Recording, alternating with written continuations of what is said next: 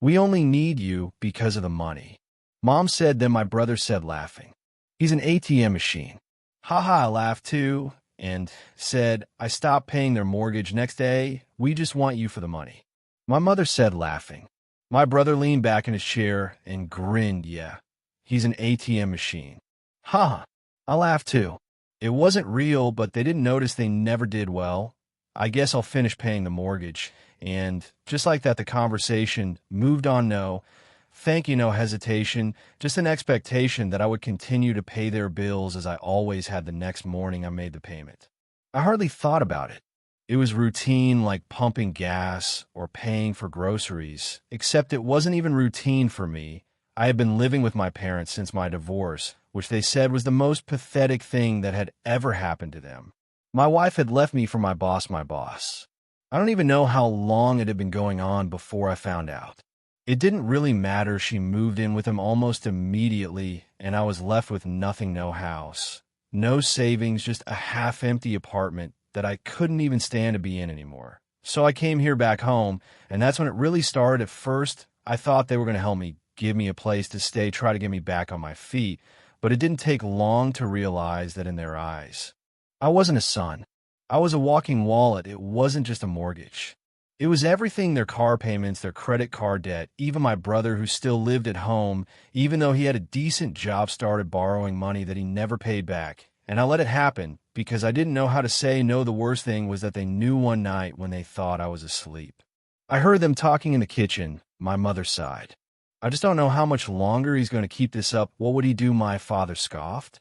He never says no to us. He's still sending money to that woman. My mother added, if he's stupid enough to pay for her. After she ran off with his boss, he's stupid enough to keep paying for us. They laughed like it was funny, like I was funny. My stomach turned, but I just stood there in the hallway frozen. They weren't grateful. They weren't even indifferent. They expected it. They had no respect for me. And for the first time, I began to wonder what would happen if I finally said no after that night. I felt like I'd been punched in the gut. He never says no to us. He's stupid enough to keep paying. At least we don't have to worry about money. I had spent my whole life trying to be the good son, the reliable brother, the guy who wouldn't let his family struggle. And for what? So they could sit around and laugh at how easy it was to take advantage of me. I barely slept. I kept telling myself that I would say something, that I would finally tell them that I wasn't their personal ATM. But when morning came, I did what I always did. I got up, I went to the kitchen, and I let it happen again. My father was at the table flipping through the paper. My mother was pouring coffee, humming like she didn't care. My brother was on the couch scrolling through his phone. Mom didn't even look up. Wesley, the water bill is due. You'll take care of it, right? I hesitated for a second. I considered saying no. I thought about telling them that I don't pay for anything anymore, but then I nodded yes because that's what I always did, and just like that, life went on for the next few weeks. I paid attention, really paid attention. I started to notice the little things, how my brother, even though he had a full-time job, never seemed to contribute to anything. He always had money for video games, for takeout, for new sneakers, but when it came time to pay the bills, he suddenly had nothing. I noticed that my parents never asked for money. They just talked about what they needed because they knew I'd offer, like the time my mom sighed dramatically and said the car payment is due tomorrow. I guess we'll figure something out. And like clockwork, I pulled out my phone and paid it. Or when my dad muttered, the mortgage is creeping up again. If only we had a little more wiggle room.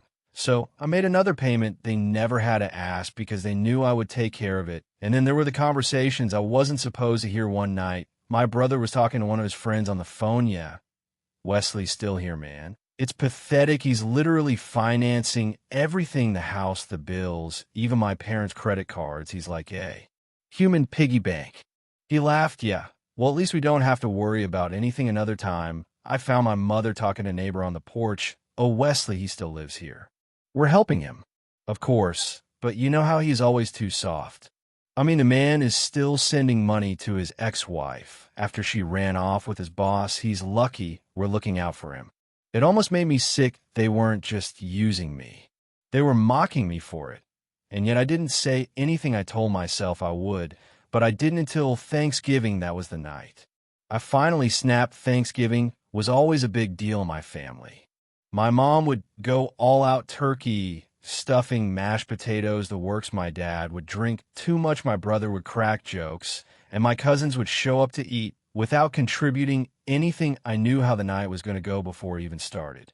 I also knew it would be the last one. I didn't say anything, didn't give any hints, but as I sat at the table listening to everyone talk and laugh like nothing was wrong, I felt something different this time. I wasn't part of that family, not really. I was just their financial safety net, and I was done pretending otherwise. Dinner started out normal enough. My mom was carving the turkey. My dad was talking about some old football game like it happened yesterday, and my brother was scrolling through his phone between bites. Then, as expected, the conversation turned to me. "So, Wesley," my dad said, reaching for the gravy, "how does it feel to be the only divorce guy at the table?" My brother snorted. "Yeah, man, you got to stop paying for that woman.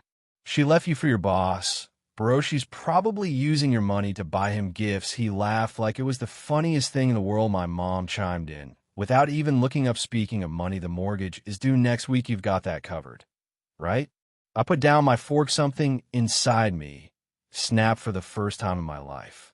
I allowed myself to be angry. I leaned back in my chair and looked around the table. "You guys are unbelievable." The room fell silent. My dad raised an eyebrow. "Excuse me."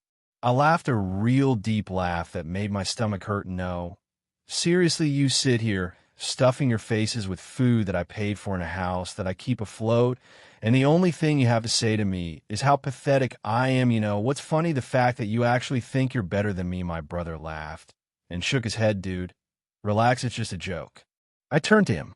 "Oh, yeah, like that joke you made to your friend about how I'm a human piggy bank, or the one Mom made to the neighbor about how lucky I am to have you guys looking out for me." My mother's face paled. "Wesley, that's not dash. No. Let's be honest, Mom." I cut her off. "You don't care about me. You care about what I can do for you." And guess what? I finally get it. "Now," my father scoffed and leaned back in his chair. "So what?" "Yeah, we only need you for your money. So what?" My brother grinned from across the table.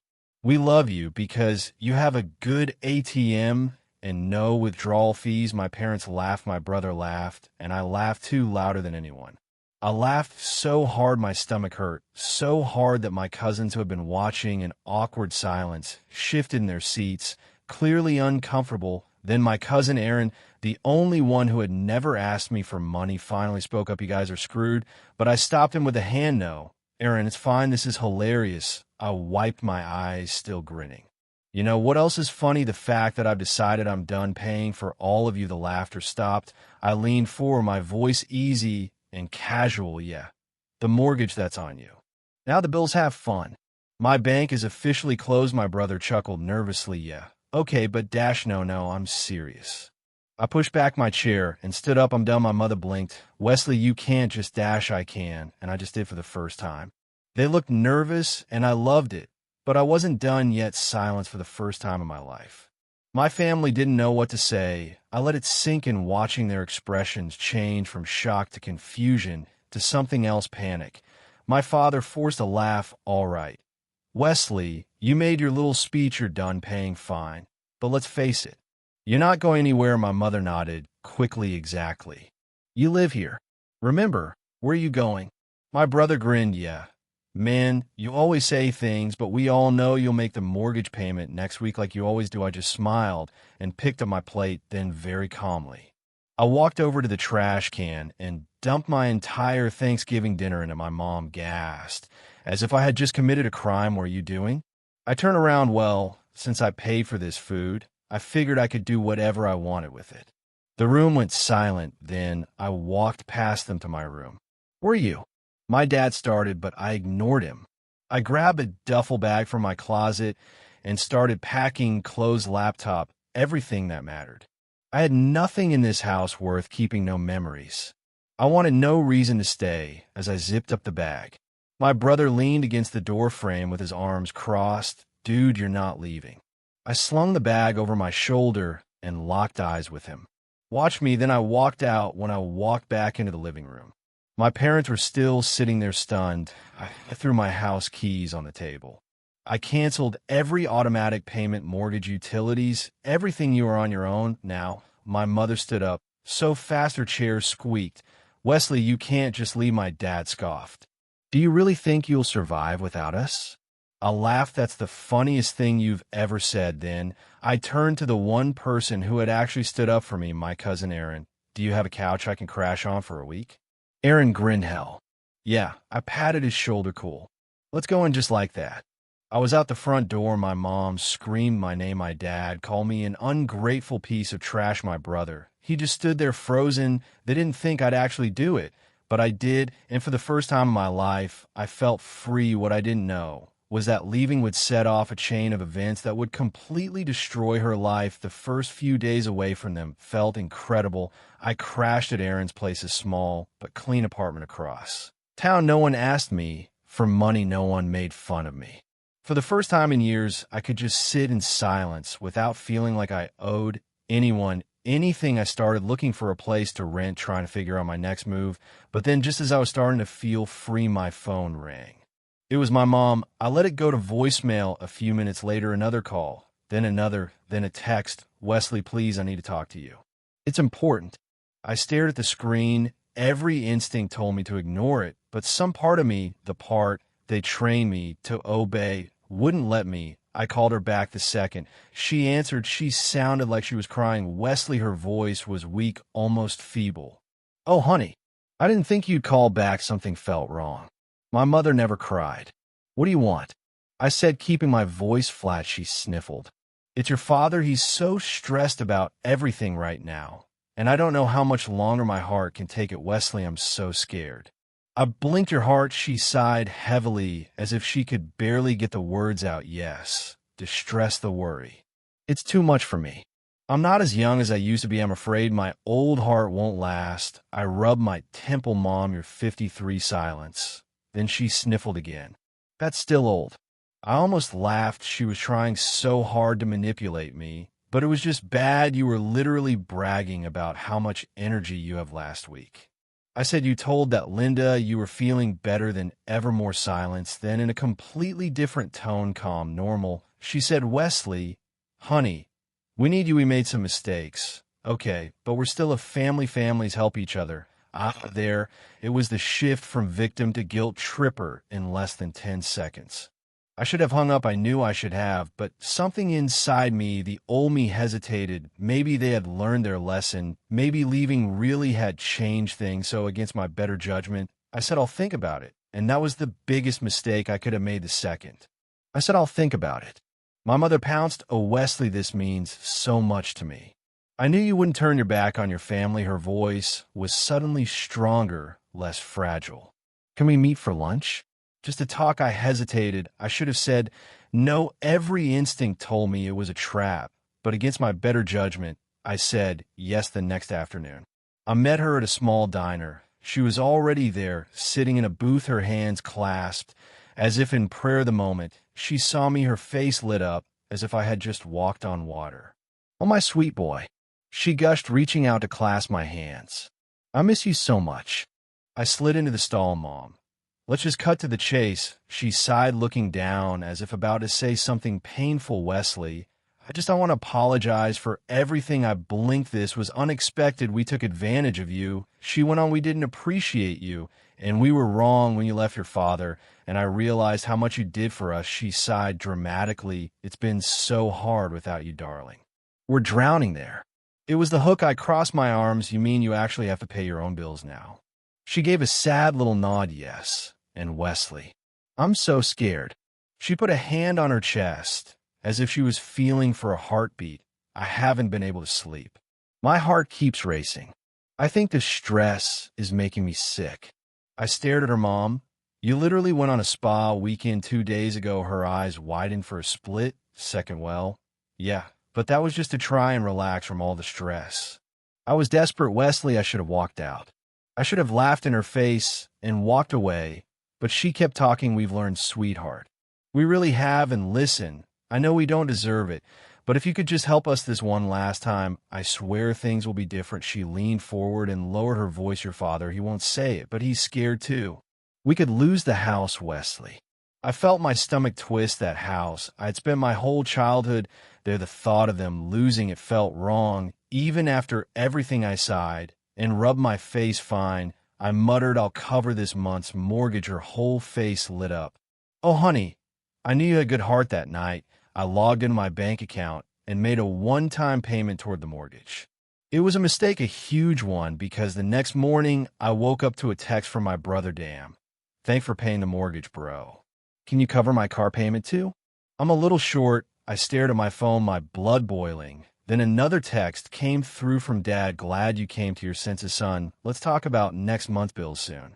I realized then that nothing had changed. They had just played me again, and I was done for real this time. Aaron found out about it 2 days later. I didn't tell him I wasn't going to, but he saw the bank transaction when I left my laptop open. He stared at the screen for a long moment, then turned to me. You paid them. I opened my mouth to explain, to say it was just one payment, that it wouldn't happen again. Crack. His palm connected with the side of my face so quickly. I barely processed it. My head snapped sideways, stinging my cheek. I blinked at him, stunned. Did you just... Aaron pointed his finger in my face. You absolute idiot. I had never seen him so angry after everything they did to you, after they laughed at you.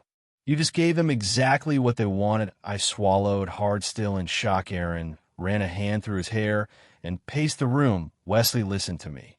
I don't care what excuses they gave you. I don't care if your mother clung to her old heart or if your father pretended to be afraid. They are users, and you just let them win. I clenched my jaw. I was just thinking, no more thinking. He grabbed my phone from the table and shoved into my hand. Block them, all of them right now. I hesitated. He glared at me, his voice deadly serious. If you don't, Wesley, you'll never get out. You will be their ATM for the rest of your life. My hand shook. And then for the first time, I blocked her mom, my dad, my brother, all of them. Aaron watched me do it, then exhaled and shook his head. Jesus, man. He sat down beside me and rubbed his face. I don't know how you turn out so damn nice with a family like that. I let out a weak laugh. You, me either. It's been months now. I haven't spoken to them since that day, not even once. And you know what? They never even tried to reach me in any other way. No emails, no showing up at errands. They didn't care about losing me. They only cared about losing their money. I should feel free. I should feel proud, and in a way I did. I stopped funding them. I also stopped funding my ex. She called once complaining about some bills she was struggling with, and for the first time, I told her no. She hung up without saying another word. But here's the truth deep down. I still feel like a loser. I still feel like the guy who never knew how to say no. I know I did the right thing. I know that my family was toxic, but after being the person who was needed for so long, it's where not to be. I'll get over it. At least I hope I will update. It's been a few months now, and I finally have my own place. It's not fancy, just a small one-bedroom apartment, but it's mine. No one asking for money. No guilt trips. No walking on eggshells in my own home. Just silence. At first, the silence felt strange. I was so used to people wanting something from me that I didn't know what to do with myself. But now I'm starting to enjoy it. The other day, I walked by my parents' house out of curiosity. It looked rough, unkempt yard, peeling paint for the first time in my life. I felt nothing when I looked at it. No guilt, no urge to fix things. They made their choices, and I made mine. And for once, I think I made the right one.